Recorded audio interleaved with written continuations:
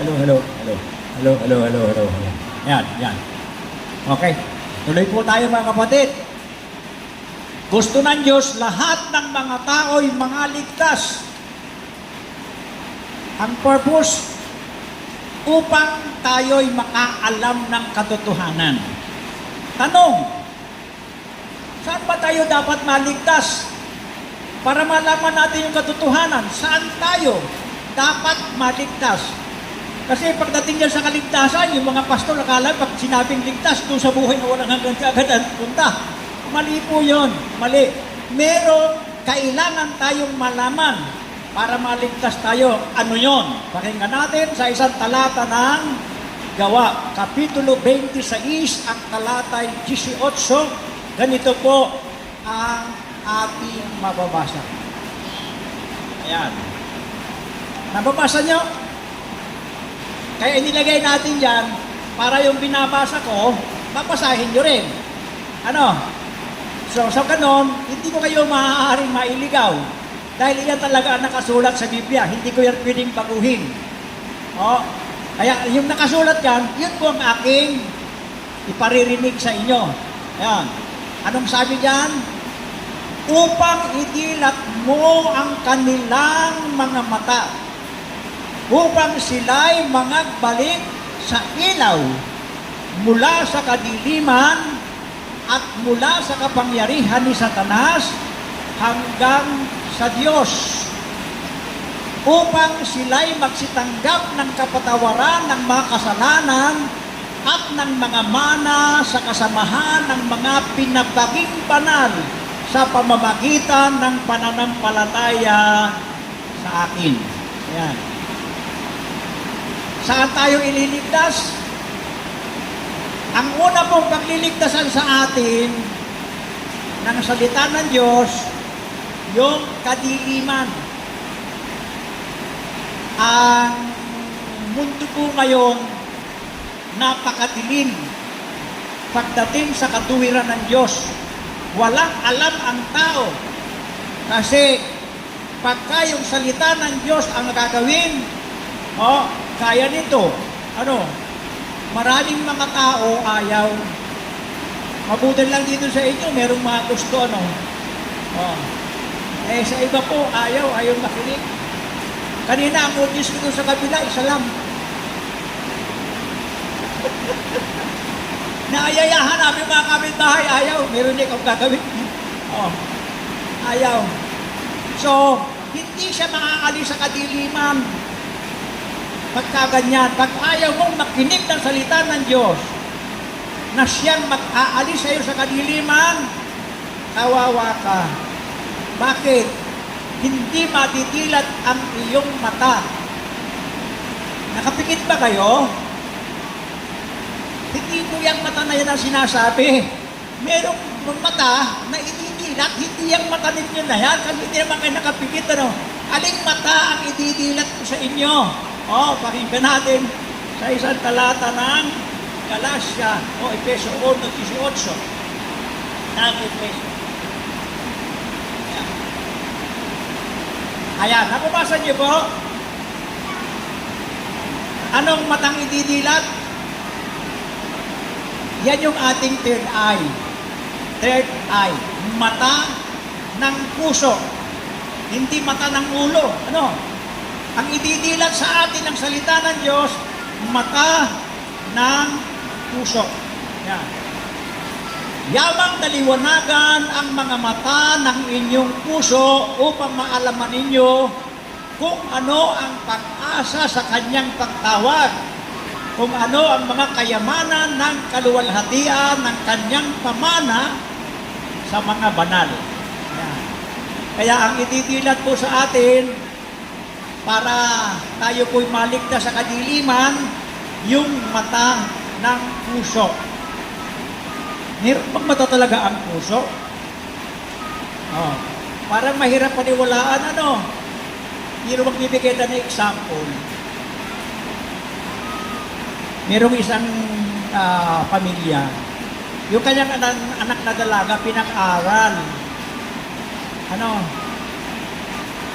Pinag-aral niya sa kolehiyo, nakatapos. O, naging abogada. Eh, nung abogada na, naligawan ng tricycle driver, sumama. Sabi ng tatay, ang nanay niya, "Anak, ano bang nakita mo dyan? Pinag-aral kita. Oo, kami naghirap para makatapos ka ng pag-aaral. Pagkatapos, sumama ka sa tricycle driver." Anong nakita nung dalaga doon sa tricycle driver? Ayan. Meron siyang nakita roon na hindi nakikita nung kanyang ama't ina. Kaya ang sagot na lang niya, "Di ba ika, tatay, may kasabihan tayo, love is blind."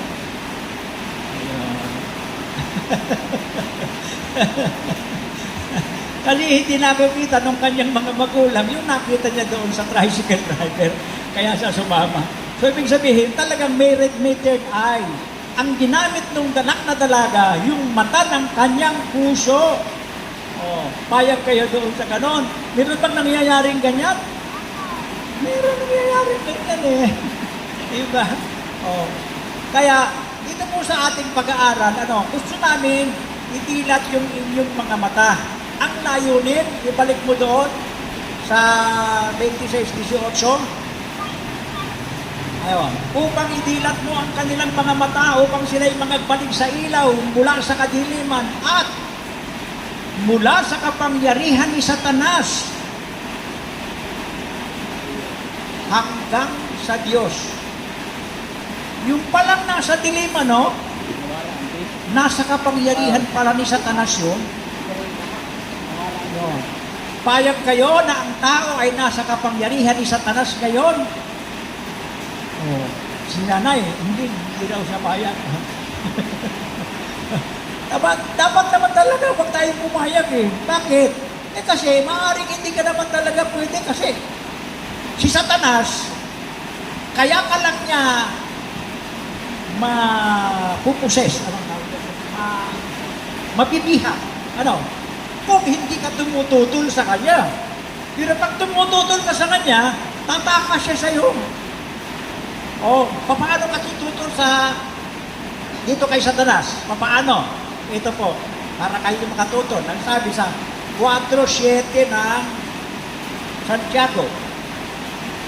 Sabi dyan, pasakop nga kayo sa Diyos. Datapwat magsisalangsang kayo sa Diablo at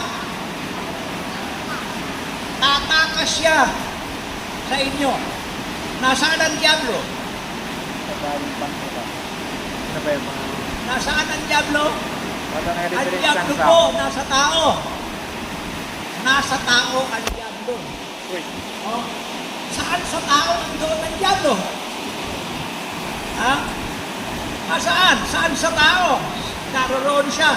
17 at 9 ng Jeremias.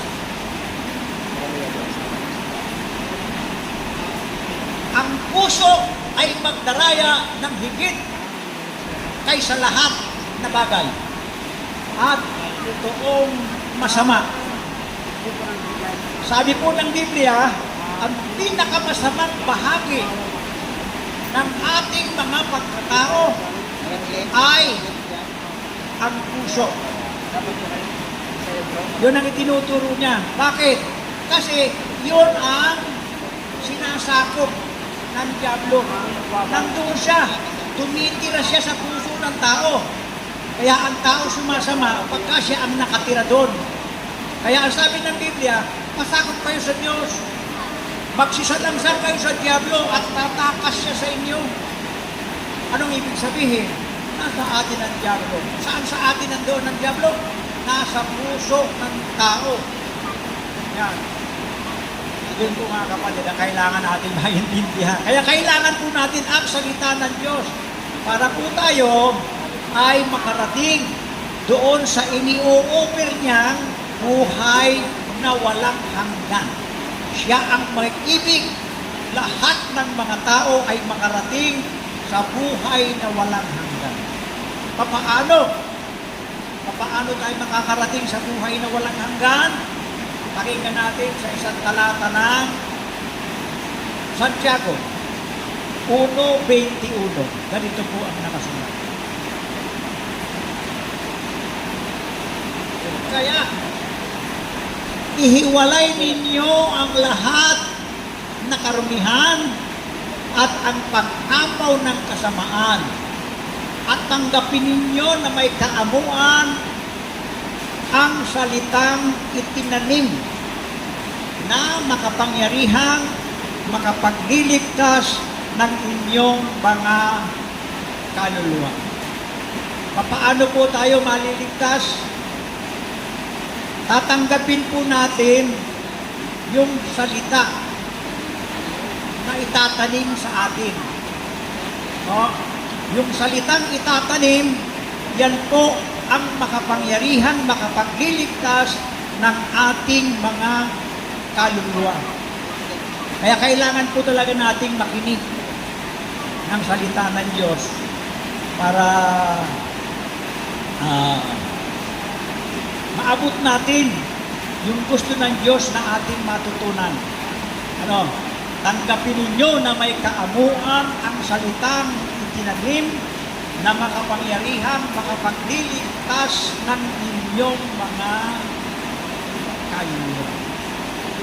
So, di kailangan po natin talaga itong Bible study. Alam niyo po ito, ginawa ni Jesus Christ ito Nung siya ay nandito sa mundo, nung kasalukuyang siya po ang nagsasalita sa tao.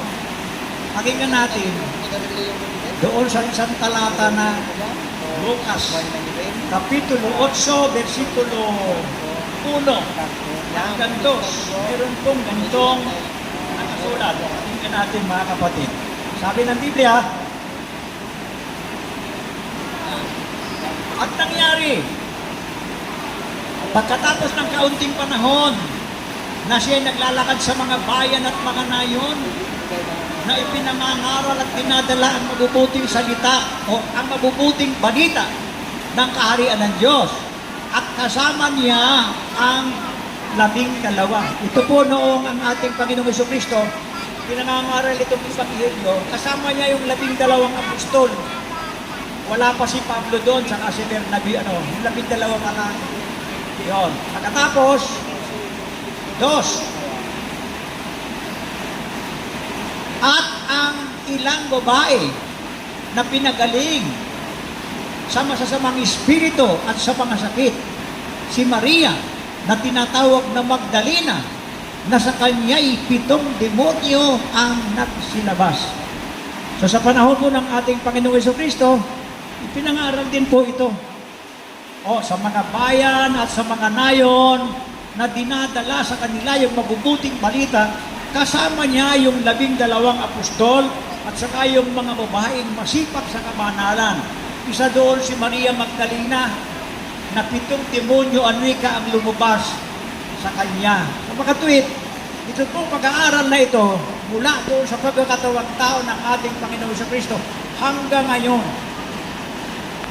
Hanggang ngayon na hindi pa siya bumabalik, ipangangaral po itong Ebanghelyong ito. Kaya po kami nandito sa inyo para salitain sa inyo yung mga gustong ipasabi ng ating Panginoong Diyos. Kaya dito po sa Biblia, nakasulat dito lahat para kung sakasakalin tayo ay maghahanap, meron pong sagot. Kasi pati yung mga history ng Israelita, yung mga hindi sumunod sa utos ng Diyos, yung mga lumabag, nakasulat din. Nakasulat po yan sa 10 at 6, Roma 11 ng unang Korinto. Sinabi diyan, para kung sakasakali man makarating sa atin itong Biblia o yung Ebanghelyo, huwag tayong matulad sa kanila. Na ipinangaral sa kanila ito pero hindi po nila tinanggap. Ang sabi diyan, ang mga bagay ng ito ay nangyari. Ang mga bagay ng ito ay pawang naging mga halimbawa sa atin upang huwag tayong magsipagnasa ng mga bagay na masama na gaya naman nila na nagsipagnasa. Yung iba, imbis na tanggapin yung salita ng ating Panginoong Jesucristo, mga Israelita, ang ninasa nila yung masama. Huwag iga tayong gumaya sa kanila. Sabi sa 11, ang mga bagay ng ito, ang mga bagay na ito ay nangyari sa kanila na pinakahalimbawa at pawang nangasulat sa pagpapaalaala sa atin ng mga tinatnan ng katapusan ng mga panahon. Ayan. Nangyari sa kanila yon para ipaalaala sa atin ngayon. Ito pong panahon natin, panahon ito ng malapit na pagbabalik ng ating Panginoong Jesucristo. Ang mundo ngayon, ang ating pong panahon, malapit na pong matapos. Pagkatapos ng panahon natin, yung tinatawag na Christian era, papasok yung 1,000 years, yung tinatawag ng millennial era, at doon maghahari si Kristo ng 1,000 taon. Kasama yung mga naniwala sa Kanya. O kasama yung mga sumampalataya. Ako po, dating Katoliko. Dati po akong Porciliasta. Napakinggan ko ito, 1989. Kaya po ako umalis doon sa aking kinalalagyan na Katolisismo dahil sabi ng Biblia, mali yun eh. Meron siyang itinayong iglesia eh. Meron siyang itinayong samahan na doon niya titipunin yung mga gustong makarating sa Kanya. Gusto niyo bang makabalik sa Diyos? Gusto niyo makarating sa langit? Kailangan tangkapin natin ito.